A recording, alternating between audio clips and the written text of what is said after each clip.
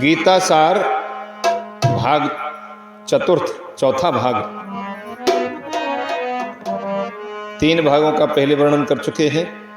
अब चौथा भाग गीता सार, यानी कि गीता क्या है, कैसे गीता का प्राकट्य हुआ। सच्चिदानंद रूपाय विश्वोत्पत्त्यादि हेतवे तापत्रे विनाशाय श्री कृष्णाय वयं नमः। नमो ब्रह्मण्य देवाय गौब्राह्मणेताय च जगद्धाय कृष्णाय गोविंदाय नमो नमः।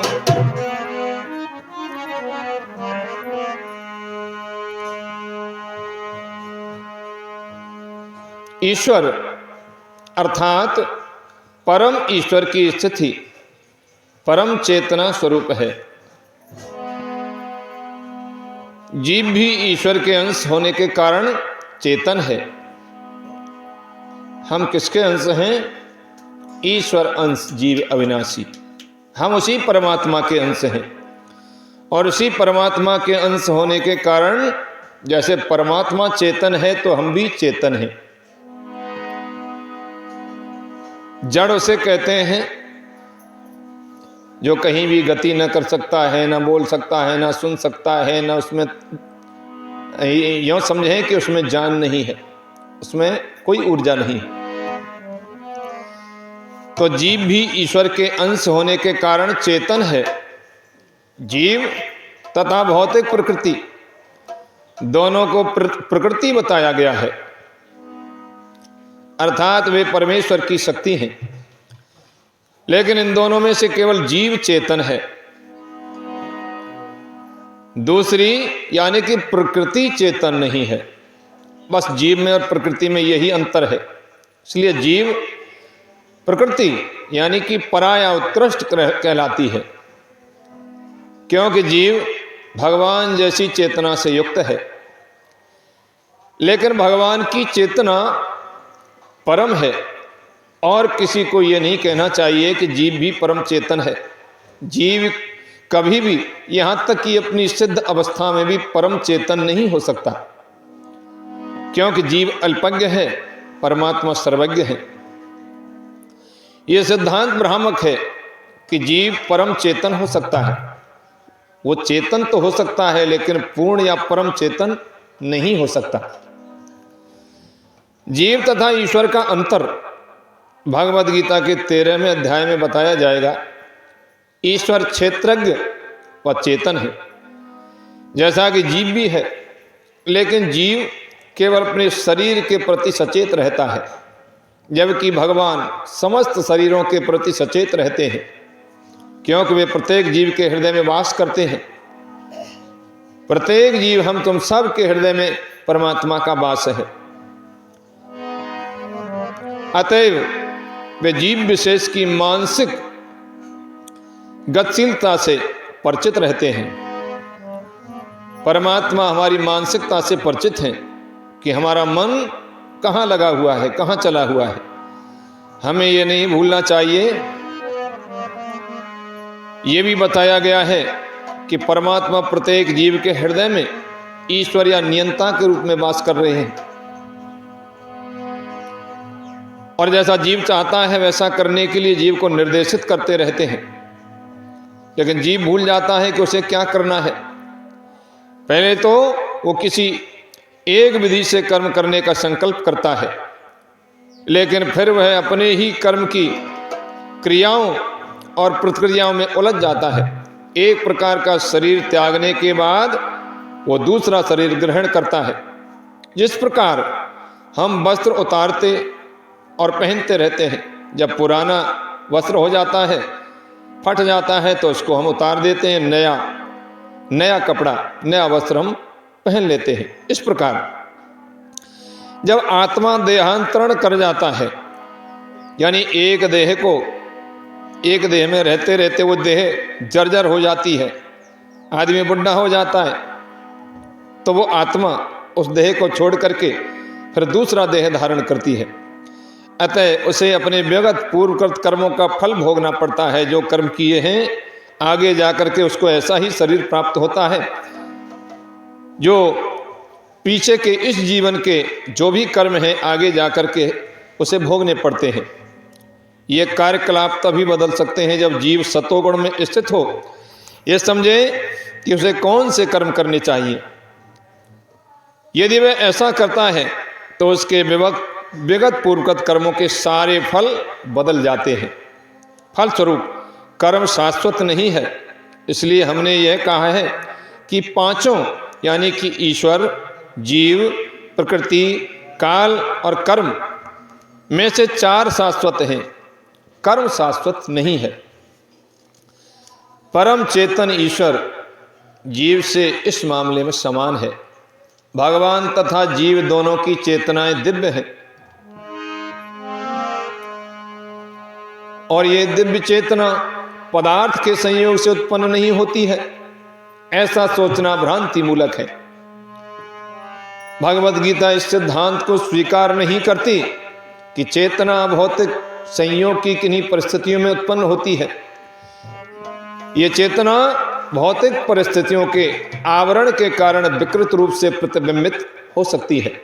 जिस प्रकार रंगीन कांच से परावर्तित प्रकाश उसी रंग का प्रतीत होता है, परंतु भगवान की चेतना भौतिकता से प्रभावित नहीं होती। भगवान कहते हैं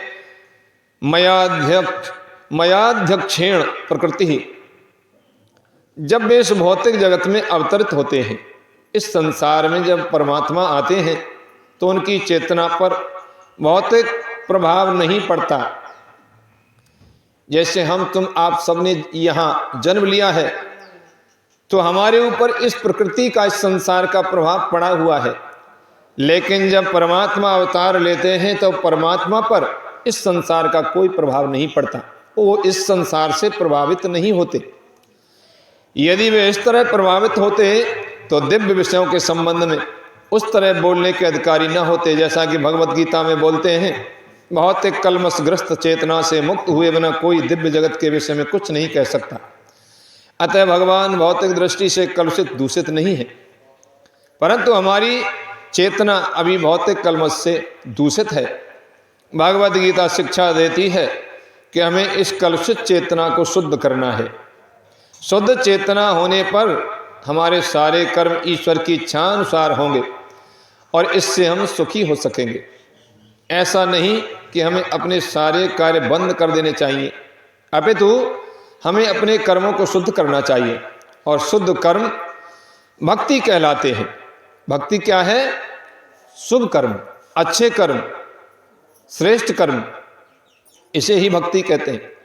भक्ति में कर्म सामान्य कर्म प्रतीत होते हैं, लेकिन वे कलुषित नहीं होते।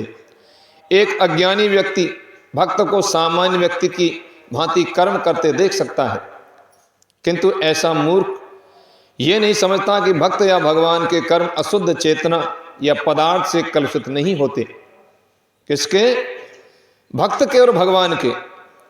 जो भगवान का परम भक्त होता है उसकी यानी अशुद्ध चेतना इस सांसारिक पदार्थ से कभी भी कलुषित नहीं होती। वे त्रिगुणातीत होते हैं, यानी तीनों गुणों से परे। अतीत का मतलब उससे परे। वो त्रिगुणातीत हैं।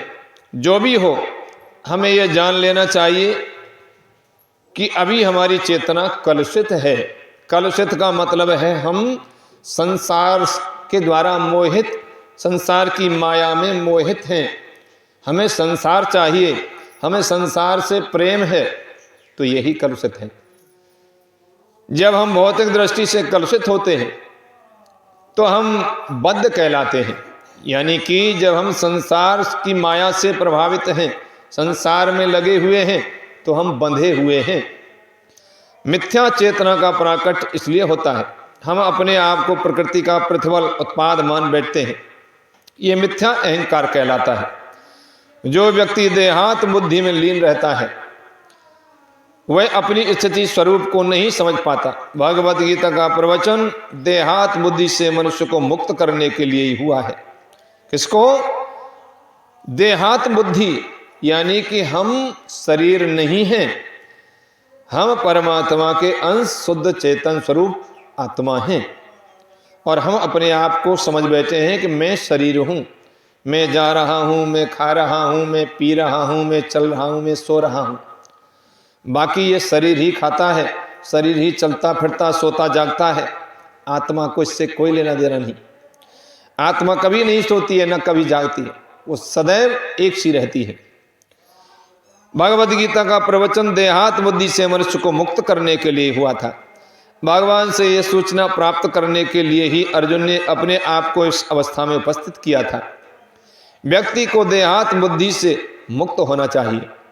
आध्यात्मवादी के लिए प्रारंभिक कर्म कार्य यही है। जो बंधनों से छूटना चाहता है, जो मुक्त होना चाहता है, उसे सर्वप्रथम ये जान लेना होगा कि वो शरीर नहीं है।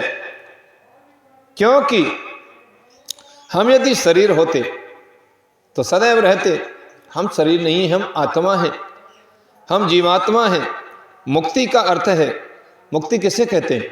मुक्ति का अर्थ है भौतिक चेतना से स्वतंत्रता, यानी इस सांसारिक लगाव से स्वतंत्र हम हो जाएं। संसार से हमारा कोई लगाव नहीं रहे। संसार से, घर से, परिवार से, धन से, दौलत से हमारा कोई लगाव न हो। इसमें रहते हुए इस लगाव से, इस मोह से, इस माया से दूर होना, इसी को कहते हैं मुक्ति। श्रीमद् भागवत में भी मुक्ति की परिभाषा दी गई है। मुक्तिर् हित्वा वान्यथा रूपम स्वरूपेण व्यवस्थिता। मुक्ति का अर्थ है इस भौतिक जगत की कलुषित चेतना से मुक्त होना और शुद्ध चेतना में स्थित हो जाना, इसे कहते हैं मुक्ति। संसार के लगाव को छोड़ करके परमात्मा से हमारा मन लग जाए, परमात्मा से हम जुड़ जाएं, इसी को मुक्ति कहते हैं। शुद्ध चेतना में स्थित होना। भगवद गीता के सारे उपदेशों का मंतव्य इसी शुद्ध चेतना को जागृत करना है। इसलिए हम गीता के अंत में कृष्ण को अर्जुन से यह प्रश्न करते पाते हैं कि वह विशुद्ध चेतना को प्राप्त हुआ या नहीं। शुद्ध चेतना का अर्थ है भगवान के आदेशानुसार कर्म करना। जैसा भगवान ने कहा है वैसा हम करें, यानी कि शास्त्र मर्यादा के अनुसार हम कर्म करें। वो भगवान के ही वचन हैं, शास्त्रों में, वेदों में, उपनिषदों में जैसी हमारे लिए आज्ञा दी है वैसा कर्म करें। उससे विपरीत, उससे उल्टे कर्म हम न करें। शुद्ध चेतना का यही सार है। वेद मर्यादा के अनुसार भगवान ने जैसा हमें कहा है वैसा ही करें। भगवान का अंश होने के कारण हमें चेतना पहले से ही रहती है, लेकिन हमें निकृष्ट गुणों द्वारा प्रभावित होने की प्रवृत्ति पाई जाती है। हम संसार के निकृष्ट गुणों से प्रभावित हो जाते हैं, लेकिन भगवान परमेश्वर होने के कारण कभी प्रभावित नहीं होते। भगवान श्री कृष्ण आए, भगवान श्री राम जी आए, और भी भगवान के अनेक अवतार हुए, लेकिन भगवान श्री कृष्ण पर, राम पर इस संसार का कोई प्रभाव नहीं पड़ा। भगवान श्री कृष्ण इतने बड़े महाभारत के युद्ध के साक्षी रहे, लेकिन उनके मन में कभी भी अधीरता या कोई दुख या क्लेश या ऐसा उनके मन के ऊपर कोई प्रभाव नहीं हुआ। भगवान श्री कृष्ण, महाभारत होता रहा और भगवान श्री कृष्ण मुस्कुराते रहे, उनके ऊपर इसका कोई असर नहीं हुआ। परमेश्वर तथा क्षुद्र जीवों में यही अंतर है। हम तुम थोड़ा सा दुख, आपत्ति, संकट आने पर अधीर हो जाते हैं, रोते हैं। थोड़ा धन दौलत, सुख संपत्ति ज्यादा बढ़ जाए तो हम अहंकार करने लग जाते हैं। सुख संपत्ति में हम यानी प्रसन्न रहते हैं, खुश रहते हैं, इतराते हैं, अहंकार करते हैं। दुख आने पर हम रोते हैं, चिल्लाते हैं, मरते हैं। बस भगवान में और हमें यही अंतर है। ये चेतना क्या है? ये चेतना जो हमने बना रखा है ना कि मैं हूं, तो फिर मैं हूं क्या है? हम कहें ना कि मैं खा रहा हूं, मैं सो रहा हूं, मैं चल रहा हूं। अब ये मैं कौन है भाई? मैं कोई शरीर तो है नहीं। शरीर को जो चलाने वाला है, जो शरीर को चलाने वाला आत्मा है, वो मैं है। कलुषित चेतना में मैं हूं का अर्थ है कि मैं सर्वे सर्वा हूं, मैं ही भोगता हूं।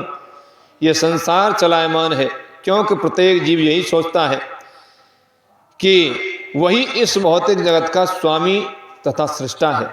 भौतिक चेतना के दो मनों में विभाग है, एक के अनुसार मैं ही सृष्टा हूँ, दूसरे के अनुसार मैं ही भोगता हूँ, लेकिन वास्तव में परमेश्वर सृष्टा तथा भोक्ता दोनों है। और परमेश्वर का अंश होने के कारण जीव न तो सृष्टा है न भोक्ता, वह मात्र सहयोगी है। वो सृजित तथा भुक्त है। उदाहरण के लिए मशीन का कोई एक पुर्जा संपूर्ण मशीन के साथ सहयोग करता है, इसी प्रकार शरीर का कोई एक अंग पूरे शरीर के साथ सहयोग करता है। हमारे हाथ, हमारे पैर, आँख और शरीर के अनेक अंग, लेकिन ये वास्तविक भोक्ता नहीं है। भोक्ता तो पेट है। हम इतना श्रम करते हैं भोजन के लिए, खेत बोते हैं, अन्न उगाते हैं, अन्न को फिर इकट्ठा करते हैं, घर में लाते हैं, पीसते हैं, फिर यानी आटा गूंदते हैं, उसके बाद में रोटी बनाते हैं, सेकते हैं। उसके बाद में होता क्या है? ये सब क्रिया कौन करता है? हमारे हाथ करते हैं, हमारा पैर, हमारी आँखें, हमारी बुद्धि, हमारा मन करता है। लेकिन जब रोटी बन जाती है तो उसको खाता कौन है? कहाँ पहुँचता है? हमारे पेट में। पेट ने कुछ नहीं किया, हमारे हाथ पैरों ने और हमारे शरीर ने जो कुछ सब कुछ श्रम किया, पूरा काम किया, और खाया किसने? पेट ने। तो भोक्ता कौन हुआ? भोगने वाला पेट है, भोक्ता है हमारा पेट। पाम चलते हैं, हाथ भोजन देते हैं, दांत चबाते हैं, शरीर के सारे अंग उदर को, पेट को तुष्ट करने के लिए लगे रहते हैं। भाई ऐसा थोड़ी है कि हमने हाथन से काम करे हो तो हाथ खा जाए। हाथ कैसे खा लेंगे? खावेगा तो पेट, और जब पेट भर जाएगा तो हमारे हाथ पांव सब शरीर चलायमान होएगा। पेट में भोजन नहीं पहुँचाएगा तो ऐसा थोड़ी है हमारा हाथ ने काम करे हो, पाँव ने काम करे हो, शरीर ने काम करे हो तो इनको जमा दें। ये थोड़ी खाते हैं। इनके द्वारा हमारा पेट भोगता है, और पेट के द्वारा जो यानी रक्त इत्यादि बनता है, उससे हमारे हाथ पैरों में ताकत आती है। तो भोगता है यानी हमारा उदर, हमारा पेट, क्योंकि उदर ही प्रधान कारक है जो शरीर रूपी संगठन का पोषण करता है।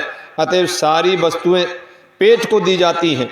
जिस प्रकार जड़ को सींचकर वृक्ष का पोषण किया जाता है, जड़ में जब पानी पहुंचेगा तो ही वृक्ष फलेगा, फूलेगा। और जड़ में पानी मत दे, ऊपर पत्ता ही पत्ता, पत्तों पे उस पानी को छिड़काव कर दो, नीचे जड़ सूखी हुई है तो पेड़ सूख जाएगा। उसी तरह उदर का भरण करके शरीर का पोषण किया जाता है, क्योंकि यदि शरीर को स्वस्थ रखना है तो शरीर के सारे अंगों को उदर पूर्ति में सहयोग देना होगा। इसी प्रकार परमेश्वर ही भोक्ता और सृष्टा है, और हम उनके अधीनस्थ जीवात्मा उन्हें प्रसन्न रखने के लिए निमित्त सहयोग करने के लिए हैं। इस सहयोग से हमें लाभ पहुंचता है, ठीक वैसे ही जैसे उदर द्वारा ग्रहित भोजन से शरीर के सारे अंगों को लाभ पहुंचता है। यदि हाथ की अंगुलियां ये सोचें कि वे उदर को भोजन न दें, वे स्वयं ही भोजन ग्रहण कर लें, तो उन्हें निराश होना पड़ेगा। सृजन तथा भोग के केंद्र बिंदु परमेश्वर हैं, सारे जीवन के सहयोगी हैं। सहयोग के द्वारा वो भोग करते हैं। ये संबंध स्वामी और दास जैसा है। यदि स्वामी पूर्णतः तुष्ट रहता है तो दास भी तुष्ट रहता है। इसी प्रकार परमेश्वर को तुष्ट रखना चाहिए। यद्यपि जीवों में भी सृष्टा बनने और भौतिक जगत का भोग करने की प्रवृत्ति होती है, क्योंकि इस दृश्य जगत के सृष्टा परमेश्वर में ये प्रवृत्तियां हैं। अतएव भगवद गीता में हम पाएंगे कि परम पूर्ण में परम नियंता नियंत्रित जीव दृश्य जगत शाश्वत काल तथा कर्म सन्निहित है। और इन सब की व्याख्या के मूल पाठ में, इनके मूल पाठ में की गई है। ये सब मिलकर के परम पूर्ण का निर्माण करते हैं, और यही परम पूर्ण परम सत्य कहलाता है। यही परम पूर्ण और परम सत्य पूर्ण पुरुषोत्तम भगवान श्री कृष्ण हैं। सारी अव्यक्तियां उनकी विभिन्न शक्तियों के फलस्वरूप हैं, वे ही परम पूर्ण हैं। भगवद गीता में यह भी बताया गया है कि निर्विशेष ब्रह्म भी पूर्ण परम पुरुष के अधीन है। ब्राह्मणो ही प्रतिष्ठा हम ब्रह्म सूत्र में ब्रह्म की विशद व्याख्या सूर्य के किरणों के रूप में की गई है। निर्विशेष ब्रह्म भगवान का प्रभा में किरण समूह है। निर्विशेष ब्रह्म पूर्ण ब्रह्म की अपूर्ण अनुभूति है। इसी तरह परमात्मा की धारणा भी है। 15वें अध्याय में ये देखेंगे कि भगवान पुरुषोत्तम इन दोनों निर्विशेष ब्रह्म तथा परमात्मा की आंशिक अनुभूति से बढ़कर है। भगवान को सच्चिदानंद विग्रह कहा जाता है। ब्रह्म संगता का शुभारंभ इस प्रकार से होता है। ईश्वरः परमः कृष्ण सच्चिदानंद विग्रह अनादिरादिर गोविंदः सर्व कारण कारणम। गोविंद या कृष्ण सभी कारणों के कारण हैं और वे ही आदि कारण हैं, सत्य चित और आनंद के रूप हैं। निर्विशेष ब्रह्म उनके सत शाश्वत स्वरूप की अनुभूति है। परमात्मा सच्चित शाश्वत ज्ञान की अनुभूति है, परंतु भगवान कृष्ण समस्त दिव्य स्वरूपों की अनुभूति है। सत्य चित आनंद के पूर्ण विग्रह में है। सच्चित आनंद के पूर्ण विग्रह में है। अल्प ज्ञानी लोग परम सत्य को निर्विशेष मानते हैं, लेकिन वे हैं दिव्य पुरुष और इसकी पुष्टि समस्त वैदिक ग्रंथों में हुई है। नित्यो नित्यानाम चेतनश्च चेतनानाम। जिस प्रकार हम सभी जीव हैं और हम सबकी अपनी अपनी व्यष्टि है, उसी प्रकार परम सत्य भी अनंत एक व्यक्ति है और भगवान की अनुभूति उनके पूर्ण स्वरूप में समस्त दिव्य लक्षणों की ही अनुभूति है। ये पूर्ण रूप विहीन निराकार नहीं है। यदि यह निराकार है या किसी अन्य वस्तु से घटकर है तो सर्वथा पूर्ण नहीं हो सकता। जो सर्वथा पूर्ण है उसे हमारे लिए अनुभव गम्य तथा अनुभवातीत हर वस्तुओं से युक्त होना चाहिए, अन्यथा वो पूर्ण नहीं हो सकता। पूर्ण भगवान में अपार शक्तियां हैं। पराश शक्तिर विविधेर श्रूयते। कृष्ण किस प्रकार अपनी विभिन्न शक्तियों द्वारा कार्यशील हैं, इसकी भी व्याख्या भगवत गीता में हुई है। यह दृश्य जगत या भौतिक जगत जिसमें हम रह रहे हैं वो भी स्वयं में पूर्ण है, क्योंकि जिन 24 तत्वों से यह नश्वर ब्रह्मांड निर्मित है वे सांख्य दर्शन के अनुसार इस ब्रह्मांड के पालन तथा धारण के लिए अपेक्षित संसाधनों से पूर्णतः समन्वित हैं। इसमें न तो कोई विजातीय तत्व है, न किसी की आवश्यकता है। तो भगवान श्री कृष्ण ने गीता में जो रहस्य अर्जुन को दिए, सार के रूप में वर्णित किए गए हैं, उसकी थोड़ी सी व्याख्या आपने सुनी। इससे आगे का जो प्रसंग है वो अगले सत्संग में सुनाएंगे। बोले वृंदावन बिहारी लाल की जय, गोपाल जी महाराज की जय।